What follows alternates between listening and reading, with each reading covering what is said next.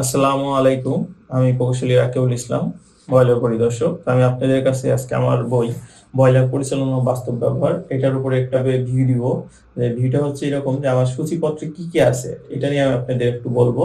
তো আমার প্রথমে সূচিপত্রে যেটা আছে, প্রথম অধ্যায় ব্রয়লারের সংজ্ঞা, কোনটারে ব্রয়লার বলে, কোনটা ব্রয়লার না, ব্রয়লার কিভাবে নির্বাচন করবেন, ব্রয়লারের প্রকার ভেদ, কি টাইপের ব্রয়লার আছে, আমরা প্র্যাকটিক্যাল ক্ষেত্রে কি বলি, এই টাইপের জিনিসগুলো আছে। এরপরে আপনি যখন দ্বিতীয় অধ্যায়ে যাবেন, ব্রয়লারের মূল কাঠামো, মানে একটা ব্রয়লারের মূল কাঠামোতে কি কি থাকে, তারপর ব্রয়লারের বিভিন্ন যে আনুষঙ্গিক যে জিনিসগুলো থাকে সেই জিনিসগুলো আপনারা আমি এখানে করছি। যেমন আপনার ফার্নেস থেকে শুরু করে বার্নার, মানে একবারে সংক্ষিপ্ত সার সংক্ষেপ যে জিনিসগুলো দরকার হয় বিভিন্ন ব্রয়লারে, সেটা আমি এটাই করছি, মূল কাঠামো তার গঠন।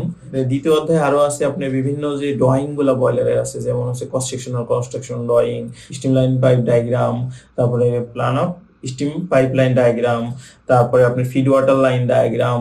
এই যে ডায়াগ্রাম গুলা, এই ডায়াগ্রাম গুলো আপনি কিভাবে বুঝতে পারবেন সহজে, একটা ডায়াগ্রাম কি কি থাকার দরকার, এই জিনিসগুলো আমরা চেষ্টা করছি। এরপরে তৃতীয় অধ্যায়ে আমরা যেটা দিছি সেটা হচ্ছে ব্রয়লার মাউন্টিংস। তো ব্রয়লার মাউন্টিংস গুলোরে সুন্দরভাবে একবারে কালার ছবি দিয়ে বোঝানো হয়েছে কোনটা কি। এরপরে আছে হচ্ছে ব্রয়লার এক্সেসরিজ, চতুর্থ অধ্যায়, সেখানেও এক্সেসরিজ গুলো সুন্দরভাবে উল্লেখ করা হয়েছে। এরপরে পঞ্চম অধ্যায়ে আছে হচ্ছে ব্রয়লারের কন্ট্রোল প্রক্রিয়া, যেটা হচ্ছে ইলেকট্রিক্যাল যে বিভিন্ন সার্কিট আছে, এই সার্কিট গুলার কোন কোন বেকার আছে, সেন্সর আছে, এই জিনিসগুলা নিয়ে এবং কিভাবে চালাইতে হবে, এবং হচ্ছে ডিসপ্লে বোর্ড, এই সবগুলা নিয়ে আপনি পঞ্চম অধ্যায়টা আমরা করছি।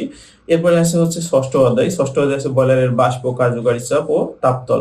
তো এখানে ব্রয়লারের বাষ্প কাকে বলে থেকে শুরু করে এখানে আপনার ব্রয়লার হিটিং সারফেস কিভাবে ক্যালকুলেশন করা হয় সিম্পলি, সেটা আপনাদের বোঝানো হয়েছে।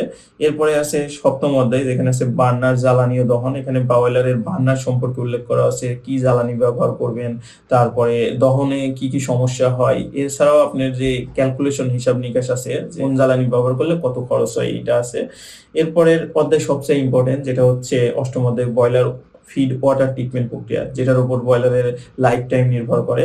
তো এটা নিয়ে একবারে এ টু জেড উল্লেখ করা আছে যে আপনার কেমিক্যাল ইঞ্জিনিয়ারের কাছে যাওয়া লাগবে না এটা শেখার জন্য, বা কেমিস্টের কাছে যাওয়া লাগবে না। আপনি এখান থেকেই মোটামুটি আপনার 90% আপনার কভার হয়ে যাবে, যে ব্রয়লার ফিড ওয়াটার ট্রিটমেন্টের জন্য আপনার কি কি জানতে হবে। ঠিক আছে, সেটা আমি ওয়াটার ট্রিটমেন্টের এখানে একবারে ইন ডিটেলস নিয়ে এসেছি, এবং বিভিন্ন দেশের গাইডলাইন পর্যন্ত এখানে দিয়ে রাখছি, তো আপনার সুবিধা হবে। এরপরে নবম অধ্যায়ে যেটা দিচ্ছি ব্রয়লার পরিচালনা, আপনি ব্রয়লার পরিচালনা করেন কিভাবে, কিভাবে করতে হবে, সেই জিনিসটা আমরা নবম অধ্যায়ে করছি।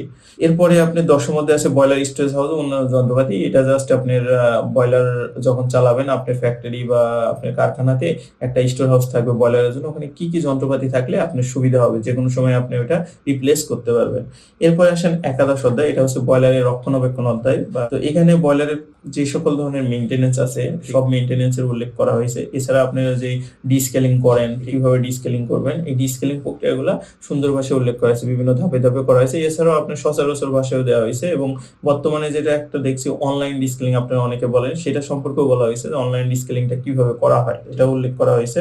এছাড়া আপনারা অনেকে ব্রয়লারে দেখা গেছে বন্ধ করে রাখেন অনেক দিন ধরে, সেই বন্ধ ব্রয়লার কিভাবে সংরক্ষণ করবেন সেটা সম্পর্কেও এখানে সুন্দরভাবে আলোকপাত করা হয়েছে। এছাড়াও আরো অনেক কিছু আছে, সেটাই বলেন। এরপরে আসছে হচ্ছে 12 অধ্যায়। 12 অধ্যায় আছে ব্রয়লার পরিদর্শন প্রক্রিয়া, মানে একটা ব্রয়লার কিভাবে পরিদর্শন করা উচিত, বা একজন পরিদর্শক গেলে কিভাবে পরিদর্শন করা উচিত, হাইড্রোলিক টেস্ট কিভাবে করা হয়, হাইড্রোলিক টেস্টে কি ধরনের সমস্যা হয়, স্টিম টেস্ট কিভাবে করা হয়, স্টিম টেস্টে কি ধরনের সমস্যা হয়, সেফটি ভালভ টেস্ট কিভাবে করা হয়। এছাড়াও বিভিন্ন এনডিটি টেস্ট বা নন ডিস্ট্রাকটিভ টেস্ট যেগুলা কিভাবে করা হয়, এগুলার একটু বর্ণনা দেওয়া হয়েছে এবং ছবি সহ আপনার উল্লেখ করা হয়েছে। এরপরে আছে হচ্ছে 13 অধ্যায়, ব্রয়লারের কর্মদক্ষতা। তো ব্রয়লারের কর্মদক্ষতা অধ্যায় যেটা করা হয়েছে, আপনার ব্রয়লারের কর্মদক্ষতা আপনি প্রত্যক্ষ পদ্ধতি আর পরোক্ষ পদ্ধতি দুইটাতেই আপনি কিভাবে বের করবেন সেটা দেয়া আছে। এবং এনার্জি অডিটররা যে ক্যালকুলেশনটা করে, যে আপনি হচ্ছে করে পরোক্ষ পদ্ধতিতে আপনি ক্যালকুলেশনটা করে দেখায়, সেই সেম ভাবেই এখানে আপনার এক্সাম্পলও করে দেওয়া আছে, যাতে আপনারা কেউ যদি এনার্জি অডিটরের যে ডাটাগুলো পূরণ করতে চান সেটাও আপনারা পূরণ করতে পারবেন, সেটা আপনারা নিজে নিজেরা ক্যালকুলেশন করে বের করতে পারবেন, পরে আপনার এনার্জি অডিটর দিয়ে চেক করলেন, কোনো সমস্যা হবে না আপনাদের জন্য।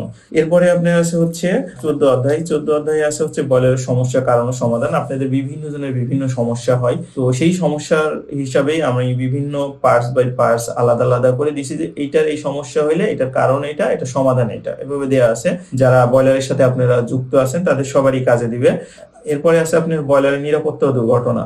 মানে বয়লারের যে আপনার নিরাপত্তা দুর্ঘটনা, এই চ্যাপ্টারটায় আমি যেটা চেষ্টা করছি আপনাদের যে বয়লারের নিরাপত্তা, পিপি, অগ্নি নির্বাপক এই জিনিসগুলো আমি চেষ্টা করছি দেওয়ার, এবং বয়লার রুমের নিরাপত্তা এবং বয়লার রুমটা কেমন হবে, বিএনবিসি কোড অনুযায়ী কেমন হয়, তারপরে আরো বিভিন্ন কোড সব মিলাই এখানে একটা চেষ্টা করছি যে শিল্প কারখানার যে রুম ডিজাইনটা কেমন হলে আপনাদের কোনো সমস্যা হবে না, কোনো অডিটে কোনো প্রবলেম হবে না, এটা দিচ্ছে। আর বয়লারের দুর্ঘটনার বিভিন্ন কারণ, কি কারণে হয়, কি কারণে ক্ষতিগ্রস্ত হচ্ছেন, এর উপায় কি, এই জিনিসগুলো আসলে আমরা 15 অধ্যায় কভার করছি। এরপরে আছে হচ্ছে 16 অধ্যায়। 16 অধ্যায়টা আসলে আমরা দিচ্ছি যেটা বয়লার অপারেটরের যে অপারেটর থেকে অপারেটরের দায়িত্ব কর্তব্য, মানে বয়লার অপারেটরের দায়িত্ব দিয়ে হয়েছে। তো এখানে বয়লার অপারেটরের কি করা উচিত, কি কি সারা বছরে করবে, এই জিনিসগুলো উল্লেখ করা হয়েছে। এরপরে 17 অধ্যায় যেটা আছে বয়লার অপারেটর যারা আছে তাদের যোগ্যতা, তারা কিভাবে পরীক্ষা দিবে, তাদের লাইসেন্স প্রক্রিয়া, এই জিনিসটা উল্লেখ করা হয়েছে।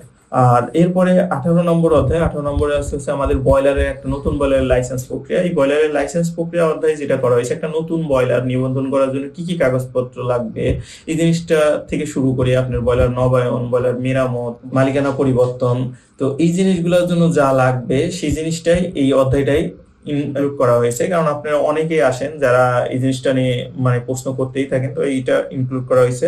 ইনশাল্লাহ আপনাদের এই বইটা ভালো লাগবে, এবং এই বইটা আসলে আপনারা যদি মনে করে থাকেন যে অনেকে ই করতেছে, আমি দেখছি যে বইটাকে আমাদের ইঞ্জিনিয়ারদের জন্য নাকি অনেকে আমারে বলতেছে, আমি এটুকু বলবো আপনার যারা ইঞ্জিনিয়ার আছেন তাদের জন্য অবশ্যই এই বইটা, এমনকি যারা কমপ্লায়েন্সে অ্যাডমিনে আছেন, ঠিক আছে, বয়লার সম্পর্কে হয়তো অফিসিয়ালি অনেক কাজ কাম করেন, তাদেরও জানার দরকার আছে, এবং মালিক শ্রেণী যারা আছে তাদেরও লাগবে, অপারেটরও লাগবে, তা বাদে সবারই লাগবে। আমি যদি হচ্ছে উপর লেভেল থেকে নিচের লেভেলে কন্ট্রোল করতে চাই, তো আপনার বই সবারই লাগবে, এবং বইটা আপনাদের কাজে দেবে ইনশাল্লাহ। এই আশা ব্যক্ত রেখে আমার কথা এখানে শেষ করছি। আসসালামু আলাইকুম।